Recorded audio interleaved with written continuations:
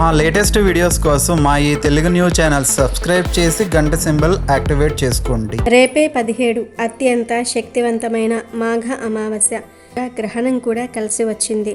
ఇది పరమ పవిత్రమైనది, చాలా శక్తివంతమైనది. కాబట్టి ఈరోజు మర్చిపోకుండా బెల్లంతో ఇలా చేస్తే చాలు, బంగారం కొంటూనే ఉంటారు. ఇక మీకు తిరుగుండదు. బంగారం కొనుక్కునే యోగాలు వస్తాయి.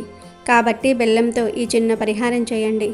బెల్లం అనేది చాలా శుద్ధి అయిన పదార్థం. కాబట్టి బెల్లంతో ఏ పరిహారం చేసినా ఖచ్చితంగా కలిసి వస్తుందని మనకు పురాణాలు చెప్తూ ఉన్నాయి. ఈరోజు మనం ఏ పరిహారం చేసుకున్నా సరే తప్పకుండా మనకు సిద్ధిస్తుంది. మంచి ఫలితాలను తెచ్చిపెట్టి మన జీవితాన్ని మార్చి మనకు అష్టైశ్వర్యాలను ప్రాప్తింపబడేలాగా చేయడానికి ఉపయోగపడుతుంది. కాబట్టి బెల్లంతో విధి విధానంగా ఈ పరిహారం చేసుకుంటే మంచి రిజల్ట్ చూడగలుగుతారు. అసలు ఈ అమావాస్య రోజు బెల్లంతో ఏం చేయాలి అనే విషయాన్ని ఇప్పుడు మనం ఈ వీడియోలో వివరంగా తెలుసుకుందాం. ఫ్రెండ్స్, ఫస్ట్ అయితే కామెంట్ బాక్స్లో జై శ్రీరామ్ అని కామెంట్ చేయండి. అలాగే వీడియోకి ఒక లైక్ కొట్టి మన ఛానల్ని సబ్స్క్రైబ్ చేసుకోవటం అస్సలు మర్చిపోవద్దు. ఈ అమావాస్య చాలా శక్తివంతమైనది. కాబట్టి ఈ రోజున మర్చిపోకుండా ఈ బెల్లం పరిహారం అనేది చేసుకోండి. బెల్లం అనేది దేవుళ్లకు నివేదనయ్యే పదార్థం, భగవంతుడికి చేరే పదార్థం బెల్లం అని చెప్పవచ్చు.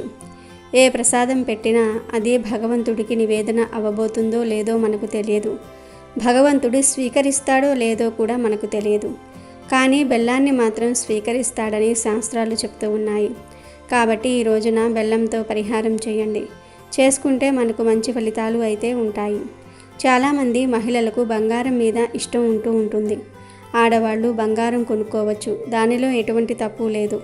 మామూలుగా ఆడవాళ్ళందరూ కూడా బంగారం కొనుక్కోవాలని ఆశపడుతూ ఉంటారు.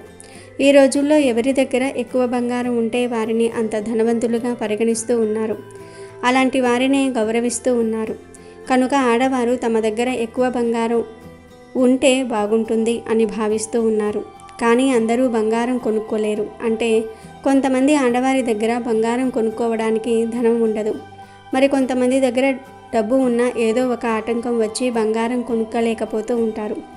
బంగారం కొనలేక బాధపడే వారందరూ కూడా అమావాస్య కలిసి వచ్చిన రోజున బెల్లం ముక్కతో ఇలా చేస్తే చాలు, నగలు బంగారము కొనుక్కునే యోగం కలుగుతుందని శాస్త్ర పండితులు చెప్తూ ఉన్నారు.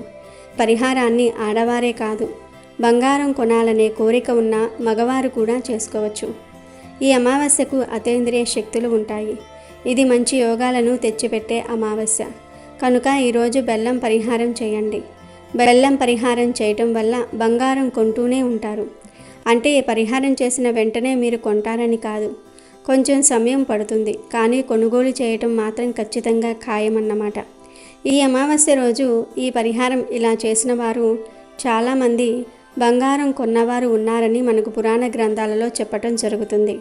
మనకు స్తోమతకు తగ్గట్టు మనం బంగారం కొనుగోలు చేయాలని డబ్బును దాచుకుంటూ ఉంటాం. అయినప్పటికీ కూడా కొన్నిసార్లు ఆ డబ్బు ఖర్చు అయిపోతూ ఉంటుంది. బంగారం కొనాలని మనం వెళ్తూ ఉంటాం, కానీ కొనలేకపోతూ ఉంటాం. ఏదో ఒక ఆటంకము అడ్డంకి వచ్చేసి వాయిదా పడిపోవటం ఇలాంటివి చూస్తూ ఉంటాం. అలాంటి వాటికి అద్భుతంగా ఉపయోగపడే పరిహారం ఇది. ఒక రకంగా చెప్పాలంటే మన దగ్గర చిల్లి గవ్వ లేకపోయినా బంగార యోగం సిద్ధించే పరిహారం అని కూడా మనం చెప్పుకోవచ్చు. ఎందుకంటే భగవంతుడు తలుచుకుంటే బిచ్చగాన్ని సైతం కుబేరుడు చేస్తాడు. బెల్లం అందరి ఇళ్లల్లో ఉంటుంది. పంచదార కన్నా బెల్లం చాలా మంచిది. అందుకే చాలామంది బెల్లాన్ని ఉపయోగించుకోవడానికే ఎక్కువగా మక్కువ చూపిస్తూ ఉంటారు. ఆరోగ్యపరంగానే కాదు, పరిహారాల పరంగా కూడా బెల్లానికి ఎంతో ప్రాముఖ్యత ఉంది. బెల్లంతో ఎటువంటి పరిహారాలు చేసినా 100కు 100% ఫలితాలు వస్తాయి. ముఖ్యంగా ఎవరైతే బంగారము నగలు కొనుక్కోవాలని అనుకుంటూ ఉన్నారో వారు ఈ పరిహారం చేసుకుంటే అద్భుత ఫలితాలు వస్తాయి. కొంతమంది దగ్గర బంగారం ఉంటుంది, కానీ వారికి ఇంకా బంగారం కొనాలనే కోరికలు ఉంటాయి. అటువంటి వారు కూడా ఈ పరిహారం చేసుకోవచ్చు. అలా చేసుకుంటే తప్పక మీ కోరికలు నెరవేరుతాయి. చాలా అద్భుతమైన ఫలితాలను పొందగలుగుతారు. అసలు ఏం చేయాలి అంటే ఈ అమావాస్య రోజు చక్కగా ఒక బెల్లం కుందిని తీసుకోండి. ఒక పావు కేజీ, అర కేజీ, కేజీ ఇలా ఏ సైజు కుందిని అయినా సరే తీసుకోవచ్చు. ఈ పరిహారాన్ని అమావాస్య రోజు సాయంత్రం 6 గంటలకు చేయాలి. ఈ పరిహారం చేసిన తర్వాత కొంతమందికి 3 రోజుల్లో ఫలితం వస్తుంది, మరి కొంతమందికి వారం రోజుల్లో. ఇంకొంతమందికి నెల రోజుల్లో ఫలితం వస్తుంది.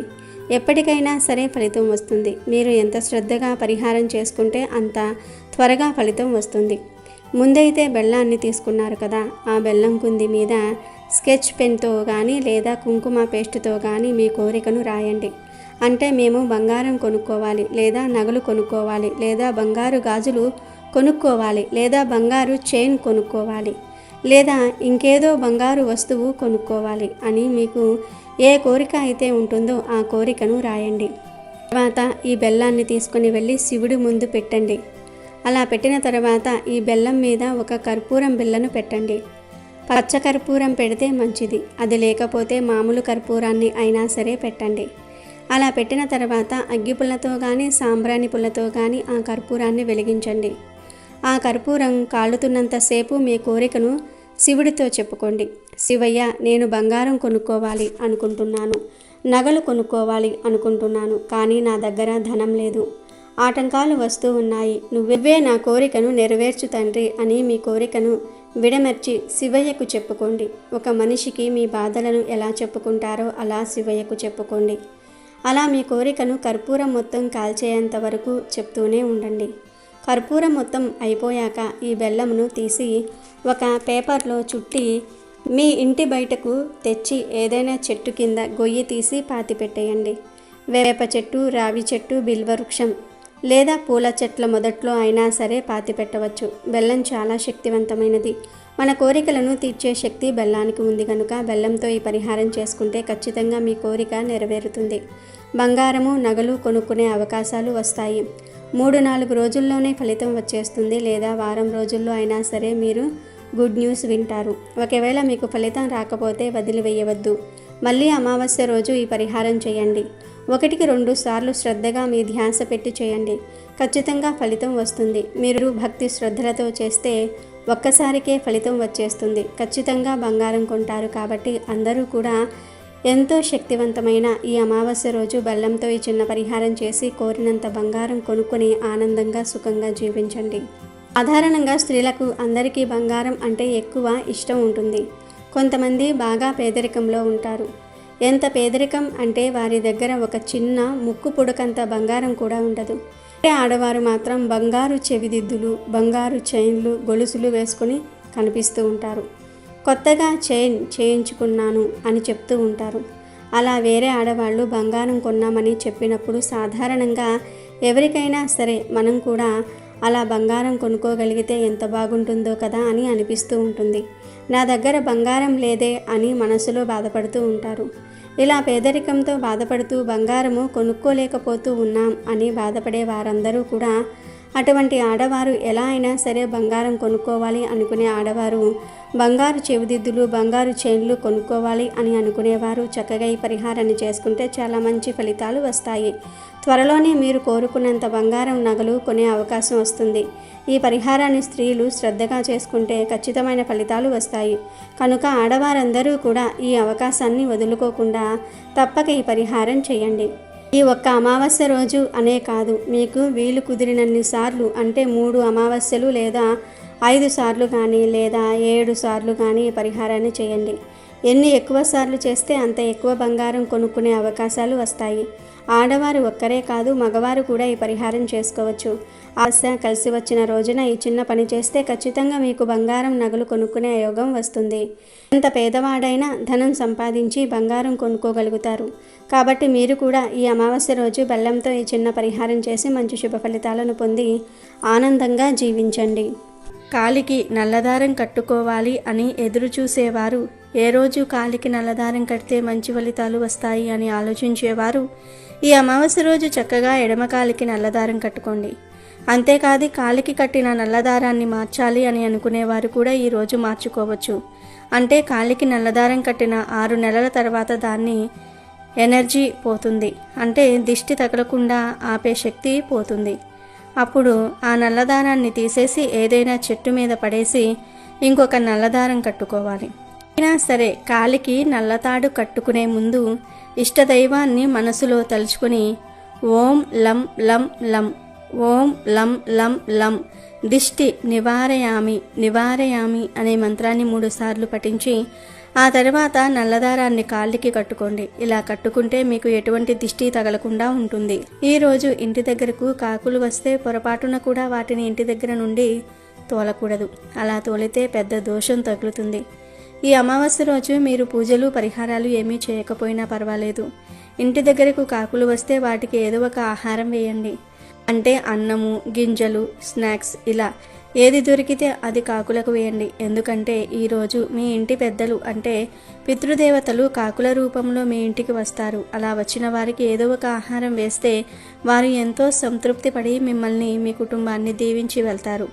అలా కాకుండా మీరు వచ్చిన కాకులను తోలేస్తే వారికి కోపం వచ్చి మిమ్మల్ని శపిస్తారు. కనుక ఈ విషయాన్ని అందరూ కూడా గుర్తుపెట్టుకోండి. ఈరోజు మీ ఇంటి దగ్గరకు కాకులు వస్తే వాటిని తోలకుండా వాటికి ఏదో ఒక ఆహారం పెట్టి పంపండి. ఈ అమావాస్య రోజు కొన్ని కూరలను పొరపాటున కూడా తినకూడదు. కాదని తింటే వచ్చే సంవత్సరం మాఘ అమావాస్య వరకు పరమ దరిద్రం కలుగుతుంది, అప్పుల పాలైపోతారు అని పెద్దలు చెప్తూ ఉన్నారు. మరి ఈరోజు ఏ కూరలు తినకూడదంటే మొదటిగా ఈరోజు పప్పు తినకూడదు. ఎందుకంటే ఈ అమావాస్య మంగళవారంతో కలిసి వచ్చింది.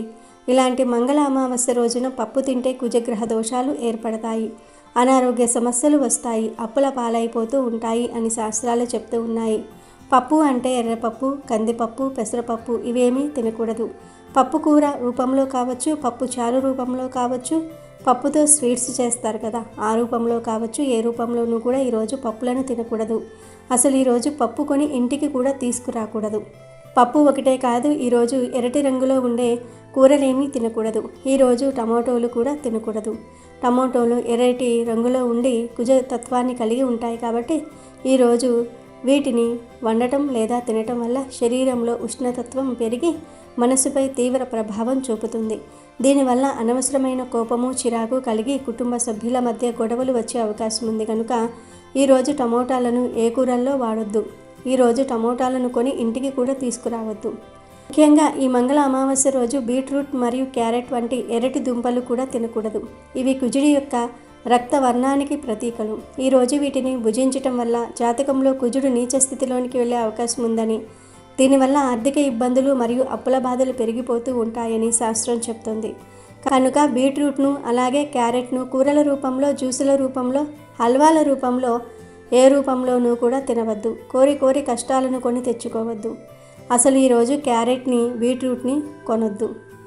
అలాగే ఎర్ర తోటకూరను, మామూలు తోటకూరను కూడా ఈ రోజున వండకూడదు, తినకూడదు.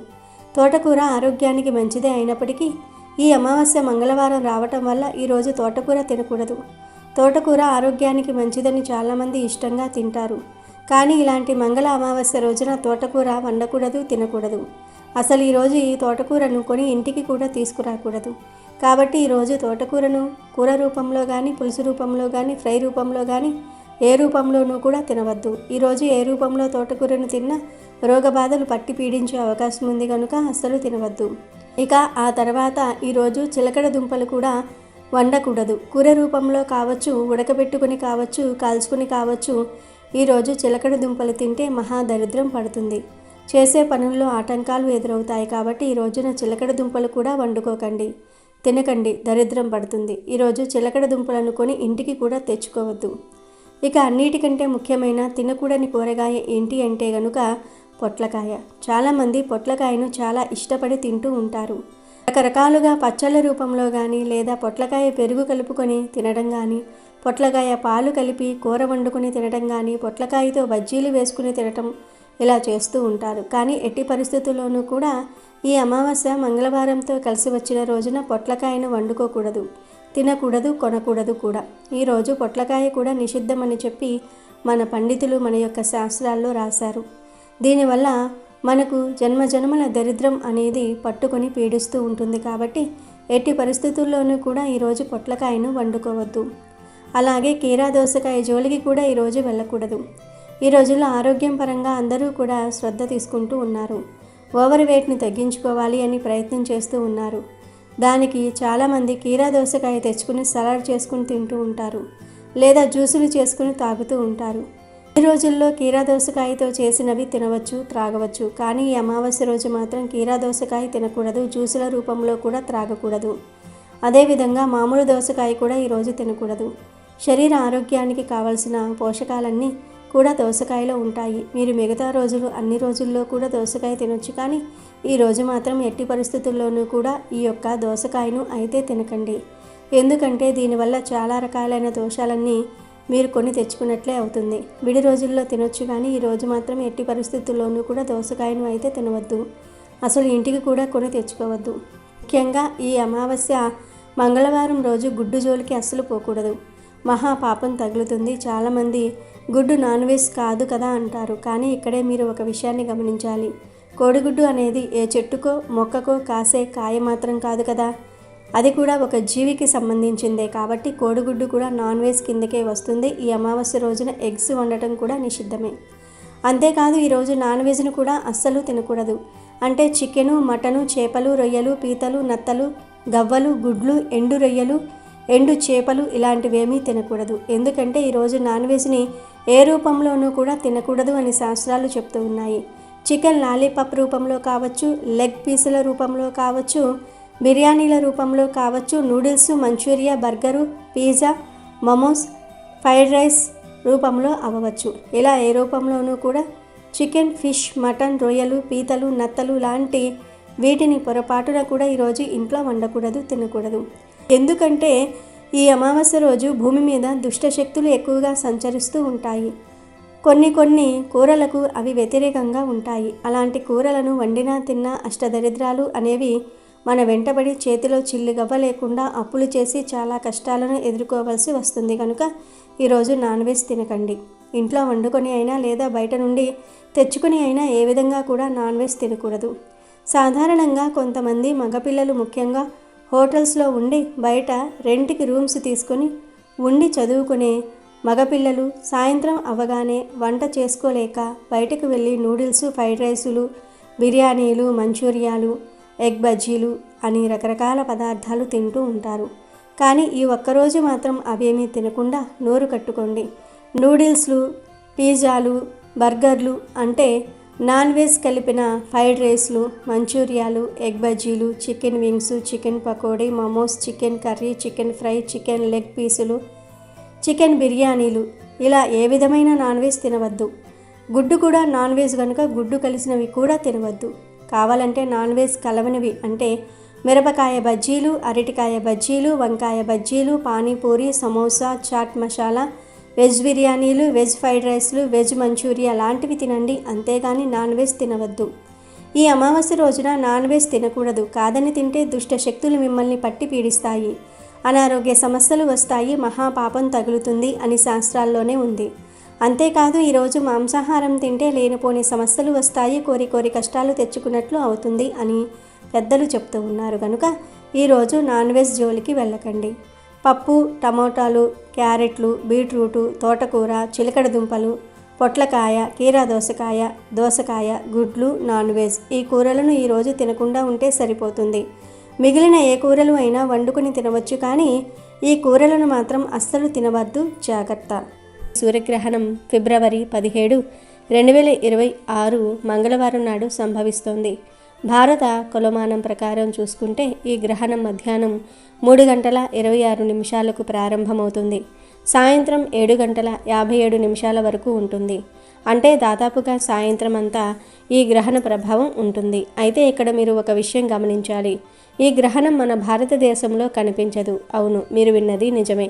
ఈ గ్రహణం కేవలం అంటార్కిటికా, దక్షిణ హిందూ మహాసముద్రం, దక్షిణాఫ్రికా వంటి ప్రాంతాల్లో మాత్రమే కనిపిస్తుంది. మన ఇండియాలో సూర్యుడు మామూలుగానే ఉంటాడు. గ్రహణం నీడ మన మీద పడదు. అయితే చాలామందికి ఒక డౌట్ ఉంటుంది, అసలు గ్రహణం మనకు కనిపించదు కదా, మరి మనం ఏమైనా నియమాలు పాటించాలా, గుళ్ళు గోపురాలు మానేస్తారా అని. దీనికి శాస్త్రం ఏం చెప్తుందంటే, గ్రహణం మన ప్రాంతంలో కనిపించినప్పుడు దానికి సంబంధించిన వేద లేదా సూతకం మనకు వర్తించదు. అంటే ఈ ఫిబ్రవరి 17న వచ్చే సూర్యగ్రహణం రోజున మీరు ఎలాంటి కఠినమైన నియమాలు పాటించాల్సిన అవసరం లేదు. ఉదయం లేచిన దగ్గర నుండి రాత్రి పడుకునే వరకు మీ రొటీన్ లైఫ్ను యథావిధిగా గడపొచ్చు. చాలామంది గ్రహణం అనగానే భయపడిపోతూ ఉంటారు. వంట గిన్నెల మీద, బియ్యం డబ్బాలో, ఊరగాయ జాడీల్లో, మంచినీళ్ళ బిందెల్లో దర్బలు వేస్తూ ఉంటారు. కానీ ఈసారి అలా దర్బలు వేయాల్సిన పని లేదు. మీరు వండుకున్న ఆహారం అలాగే తినొచ్చు. పడేయాల్సిన పని లేదు. అలాగే గ్రహణం పట్టు విడుపు స్నానాలు కూడా చేయనవసరం లేదు. ఇంకో ముఖ్యమైన విషయం ఏమిటంటే ఈ రోజున మన తెలుగు రాష్ట్రాల్లో కానీ దేశంలో ఎక్కడైనా కానీ గుళ్ళు దేవాలయాలు మూసివేయరు. అన్ని గుళ్ళు తెరిచే ఉంటాయి. నిత్య పూజలు అర్చనలు అన్నీ మామూలుగానే జరుగుతూ ఉంటాయి.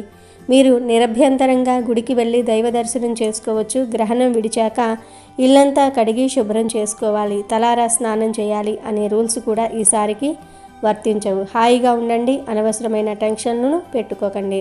కానీ ఇక్కడే ఒక పెద్ద ట్విస్ట్ ఉంది. జాగ్రత్తగా వినండి. గ్రహణం కనిపించకపోయినా, నియమాలు పాటించకపోయినా ఒక్క విషయంలో మాత్రం అస్సలు రాజీ పడకూడదు. అదే గర్భిణీ స్త్రీల విషయం. మన పెద్దవాళ్ళు శాస్త్రజ్ఞులు చెప్పేదేంటంటే సూర్యగ్రహణం ఎక్కడ ఏర్పడినా సూర్యుడి నుండి వచ్చే ఆ కిరణాల్లో మార్పులు జరుగుతాయి.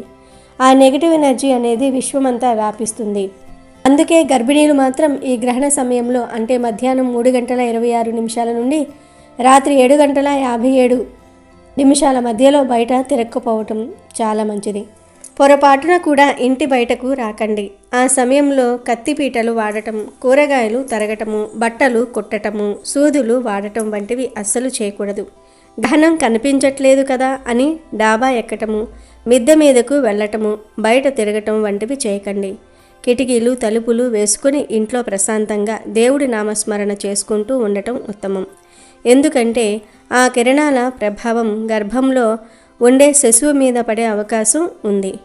పుట్టబోయే పిల్లలకు గ్రహణ మొర్రి లాంటి లోపాలు రాకూడదంటే ఈ మాత్రం జాగ్రత్త తప్పదు. మాకు కనిపించదు కదా, మాకేం కాదు అని మొండిగా వెళ్తే తర్వాత జీవితాంతం బాధపడాల్సి వస్తుంది. కాబట్టి గర్భిణీలు మాత్రం బీ కేర్ఫుల్. అలాగే ఈ గ్రహణం రోజున మీ ఇంటిని మీ కుటుంబాన్ని రక్షించుకోవడానికి పెద్దలు చెప్పిన మరొక అద్భుతమైన రహస్యం ఉంది.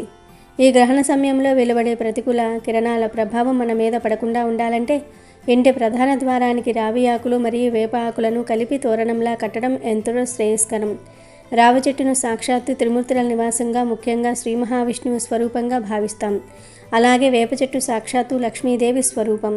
ఈ రెండు పవిత్రమైన వృక్షాల ఆకులను కలిపి గుమ్మానికి కట్టడం వల్ల ఆ ఇల్లు ఒక రక్షణ కవచంలోనికి వెళ్తుంది. దీనివల్ల ఎటువంటి గ్రహణ దోషాలు, పీడలు లేదా దుష్ట శక్తులు మీ ఇంటి లోపలికి ప్రవేశించలేవు. ముఖ్యంగా ఇంట్లో గర్భిణీ స్త్రీలు ఉన్నట్లయితే ఈ తోరణాన్ని అస్సలు విస్మరించకూడదు. గ్రహణ సమయం గర్భిణీలకు ఎంతో సున్నితమైన కాలం. ఆ సమయంలో ప్రకృతిలో జరిగే మార్పులు, హానికరమైన వైబ్రేషన్లు గర్భంలోని శిశువుపై ప్రభావం చూపకుండా ఉండాలంటే ఈ రావి మరియు వేప ఆకుల తోరణం అడ్డుగోడలా నిలుస్తుంది. గర్భిణీలు ఉన్న ఇంటి గుమ్మానికి ఈ తోరణం కట్టడం వల్ల ఆ తల్లికి బిడ్డకు సంపూర్ణ రక్షణ లభిస్తుంది. కేవలం ఆధ్యాత్మికంగానే కాదు, శాస్త్రీయంగా కూడా ఈ రెండు ఆకులకు గాలిని శుద్ధి చేసే శక్తి ఉంది. కనుక గ్రహణ ప్రారంభం కాకముందే అంటే మధ్యాహ్నం 3 గంటలలోపు కొన్ని తాజా రావి ఆకులను, 2 వేప కొమ్మలను సేకరించి రావి ఆకులను ఒక దారానికి తోరణంలా గుచ్చి మీ సింహద్వారానికి కట్టుకోండి. వేప కొమ్మలను గుమ్మానికి 2 వైపులా పెట్టండి. ఇలా చేయటం వల్ల ఇంటిపై ఉన్న దరిద్రం పోవటమే కాకుండా సాక్షాత్తు ఆ లక్ష్మీనారాయణుల అనుగ్రహం కలుగుతుంది. గ్రహణం ముగిసిన తర్వాత ఈ ఆకులను తీసి ఎవరూ తొక్కని చోట లేదా చెట్ల మొదట్లో వేయాలి. ఈ చిన్న పని మీ ఇంటికి సుఖశాంతులను, అదృష్టాన్ని ప్రసాదిస్తుంది. అమెజాన్లో బెస్ట్ డిస్కౌంట్స్ కోసం వీడియో డిస్క్రిప్షన్లో లింకు ఉంది, చూడండి. అలాగే మా టెలిగ్రామ్ ఛానల్ సబ్స్క్రైబ్ చేసుకోండి.